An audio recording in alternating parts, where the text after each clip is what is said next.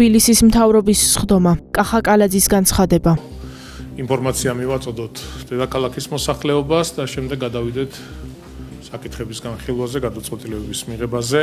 პირველი მინდა შევეხო ერთ ძალიან მნიშვნელოვან პროგრამას, რომელიც სტუდენტების დაფინანსებას ითვალისწინებს. ჩვენ გვაქვს ბევრი საინტერესო პროგრამები, რითაც ხელს უწყობთ ყველა იმ ადამიანს, ვისაც დღესდღეობით ჭირდება თანადგომა, მხარდაჭერა და ერთ-ერთი ასეთი პროგრამა არის სტუდენტების სწავლის დაფინანსება. პროგრამა, რაზეც ვსაუბრობთ, შეგახსენებთ, ითვალისწინებს მრავალშვილიანი ოჯახის წევრი და შშმ სტუდენტებისთვის 2024-2025 სასწავლო წლის გაზაფხულის სემესტრის სწავლის საფასურის დაფინანსებას. პროგრამის ფარგლებში კიდევ ერთხელ მინდა შევახსენო საზოგადოებას დაფინანსდებიან სოციალურად დაუცველი მრავალშვილიანი ოჯახის წევრი და შეზღუდული შესაძლებლობის სტატუსის მქონე სტუდენტები. თბილისის მერიისგან მიღებული სწავლის დაფინანსების მოცულობა დამოკიდებულია სტუდენტის აკადემიურ მოსწრებაზე. 5 მარტიდან დღემდე შემოვიდა 1900-ზე მეტი განაცხადი, რომელთაგან უკვე 254 განაცხადი დაკმაყოფილდა და რა თქმა უნდა დაფინანსდა. თუმცა ძალიან დიდია ინტერესი აღნიშნულ პროგრამასთან დაკავშირებით. რა თქმა უნდა, ამ 1900 განაცხადი, რომელიც უკვე შემოსულია, მიმდინარეობს განხილვა და ეტაპობრივად, რა თქმა უნდა, ყველა იქნება დაკმაყოფილებული. პარალელურად მინდა საზოგადოებას მივაწოდოთ ინფორმაცია იმასთან დაკავშირებით, რომ განაცხადების მიღება გაგრძელდება 31 მაისამდე. შესაბამისად, დრო არის იაქტიურეთ და წარმოადგინეთ განაცხადები. აგრეთვე მინდა აღვნიშნო, რომ უმაღლესი საგანმანათლებლო დაწესებულებიდან წარმოდგენილი ინფორმაციის საფუძველზე 442 წარმატებული მაგისტრანტი მიიღებს თბილისის მერიის ფინანსურ დახმარებას. ეს კიდევ ცალკე არის და რა თქმა უნდა, ესეც მნიშვნელოვანია ხელშეწყობის თვალსაზრისით. ასე რომ 31 მაისამდე შეგიძლიათ მეგობრებო წარმოადგინოთ განაცხადი და მუნიციპალიტეტი ყველანაირად დაგეხმარებათ და ხელს შეგიწყობთ ამ მიმართულებით. მინდა შევეხო თემას, რომელიც ძალიან მნიშვნელოვანი არის. ჩვენ 2017 წელს, როდესაც დედაქალაქის მოსახლეობის უმრავლესობამ მხარი დაგვიჭირა და აგვირჩია, მაშინვე დავიწყეთ ძალიან ქალაქისთვის მნიშვნელოვანი რეფორმის განხორციელება, ჩვენი სატრანსპორტო პოლიტიკა, რომელიც სხვადასხვა მიმართულებებისგან შედგება და რა თქმა უნდა, როგორც საავტობუსე პარკის განახლება, მოწესრიგება, ერთ-ერთი უნიშნულოვანესი პრიორიტეტი იყო, ასევე მნიშვნელოვანი და პრიორიტეტულია კონკრეტული კვანძების მოწესრიგება, მოწყობა, განახლება, რეაბილიტაციის ჩატარება. მაგალითისთვის, როგორიც არის ვეფხი და მოყმეს მიმდებარე ტერიტორია, ლაგუნა ვერეს მიმდებარე ტერიტორია, ყველა კარგად ხედავთ თუ როგორ მოწესრიგდა, განახლდა, დარეგულირდა მოძრაობა, ჰქონდა ქაოსი ამ მიმართულებით, თუმცა დღეს გამტარუნარიანობა გაცილებით გაზრდილია და კონკრეტულად გადაადგილება მოწესრიგებული. მინდა ახლა შევეხო ერთ საკითხს, ერთ ლოკაციას, რომელიც ხება მეტროსადგურ დიდუბის ზედა ამოსასვლელთან მდებარე გაჩერებას, რომელიც ესაზღვრება ერისთავის ქუჩას, საზოგადოებრივი ტრანსპორტის ერთ-ერთი უნიშნულოვანესი კვანძია.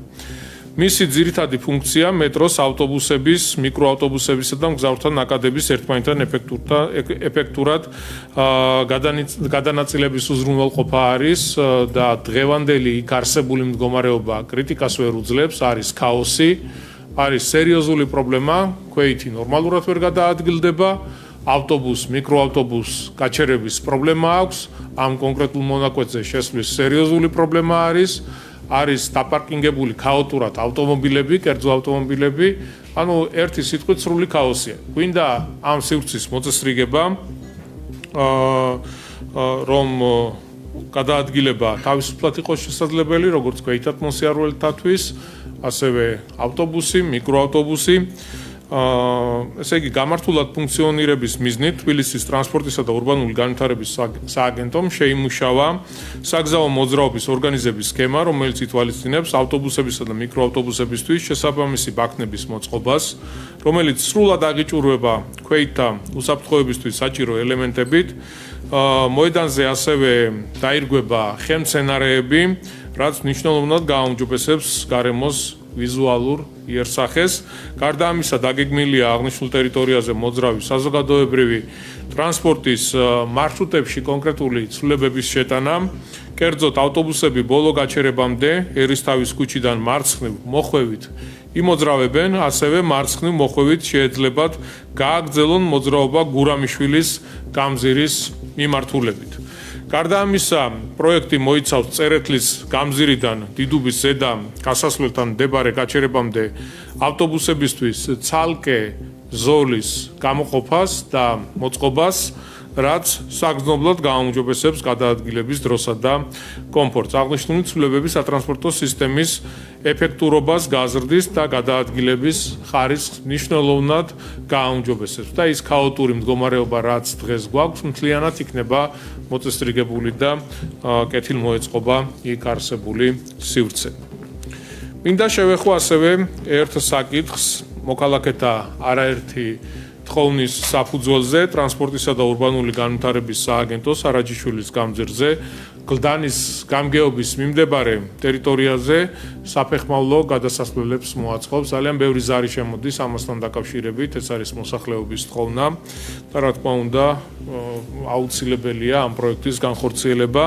პროექტის მთავარი მიზანი ქერჩის ქუჩისა და სარაჯიშვილის გამზირის კვეთაზე არსებულ გზა ჯვარედინზე ქვეითთა გადაადგილების უსაფრთხოებისა და კომფორტის უზრუნველყოფა არის. აღსანიშნავია, რომ გადასასვლელის მოწყობა, რა თქმა უნდა, არ მოითხოვს შუქნიშნის ფაზების სრულებას, რაც იმას ნიშნავს, რომ სატრანსპორტო მოძრაობა არ შეფერხდება და ისევე როგორც დღეს ჩვეულებრივად იმოძრავებენ ავტომობილები და გზაჯვარედინი ფუნქციონირებას არსებული რეჟიმით განაგრძობს. აღნიშნული ინიციატივა მნიშვნელოვან ნაბიჯს წარმოადგენს როგორც ქვეითთა უსაფრთხოების ამაღლების, ასევე ურბანული სივრცის განვითარების მიმართულებით. შესაბამისად მოვაწესრიგებთ აღნიშნულ ტერიტორიას და ქვეითად გადასასვლელები გაკეთდება, ზებრა გადასასვლელები მოეწყობა, ისე რომ შუქნიშნის რეჟიმები დარჩება და ავტომობილით გადაადგილებას პრობლემა არ შეექმნება და შეფერხება არ იქნება. თქვენ იცით თუ რამდენად დიდ მნიშვნელობას ვანიჭებთ ჩვენ რეკრეაციული სივრცეების არსებობას დედაქალაქში. ჩვენ დავასრულეთ ის მავნე პრაქტიკა, რაც წლების განმავლობაში იყო ყოველდღიურობაში, გახსოვთ ხდებოდა რეკრეაციული სივრცეების გასხვისება და ამ კონკრეტულ არეალებში სამშენებლო სამუშაოების წარმოება. მე არ დავიწყებ ახლა ჩამოთვლას თუ სად მოხდა ადგილმონაცვლეობები, სად მოხდა რეკრეაციული სივრცეების დაბრუნება მუნიციპალიტეტში, თუმცა ბევრი იყო ასეთი, გავიხსენოთ ვაკის პარკი, კუსტვის სასახვევი და ასე შემდეგ. აღარ გავაგრძელებ ჩამოთვლას, ძალიან მნიშვნელოვანია მწვანე სივრცეების არსებობა ქალაქში, როგორც საქალაქთა შორისო პარკები, ასევე უბნებში საუბნო სკვერების მოწესრიგება, განახლება, რეაბილიტაცია. ბევრი ასეთი პროექტი განხორციელდა ბოლო წლების განმავლობაში 2017 წლიდან მოყოლებული, თუმცა თბილისს აქვს ძალიან დიდი რესურსი, კიდევ უფრო მწვანე გახდეს, კიდევ უფრო მეტი ასეთი პროექტი განახორციელოთ და რა თქმა უნდა, როგორც მუნიციპალიტეტის ჩვენი შესაბამისი საქალაქო სამსახურები, ასევე გამგეობები ყველაფერს გააკეთებენ იმისთვის, რომ როგორც სკვერების განახლება, მოწესრიგება, ასევე პარკების რეაბილიტაცია, მშენებლობა განხორციელდეს. დღეს მოგაცვლით ინფორმაციას გარემოს დაცვის საქალაქო სამსახურმა ვაკის რაიონში ეგრეთ წოდებული ნანტის სკვერის რეაბილიტაცია დაიწყო. სამუშაოების ფარგლებში აღნიშნულ ტერიტორიაზე მოეწყობა საბავშვო და სპორტული მოედანი, საფეხმავლო ბილიკი, გარეგანათების სისტემა მოეწყობა, განთავსდება საპარკე ავეჯი და ტერიტორიაზე მოეწყობა სასმელი წყლის შადრევანი. ჩატარდება შესაბამისად ასევე გამწვანების სამუშაოები, ახალი ხელმცენარეები დაირგვება თავისი სარწყავის სისტემით. აღნიშნული ტერიტორია მთლიანად იქნება რეაბილიტირებული და მოწესრიგებული.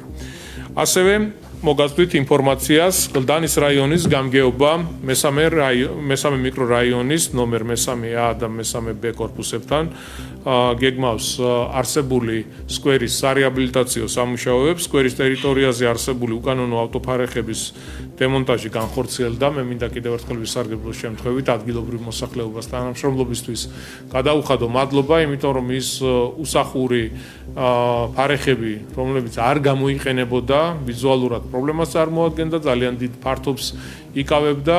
მოსახლეობის ჩართულობით მოვახდინეთ მათი დემონტაჟი და ეს სივრცე მთლიანად გამოყენებული იქნება იმისთვის, რომ მოეწყოს სკვერი და იქ მცხოვრებ ადამიანებს ჰქონდეთ იმის შესაძლებლობა, რომ დაისვენონ, ივარჯიშონ, განიტვირთონ.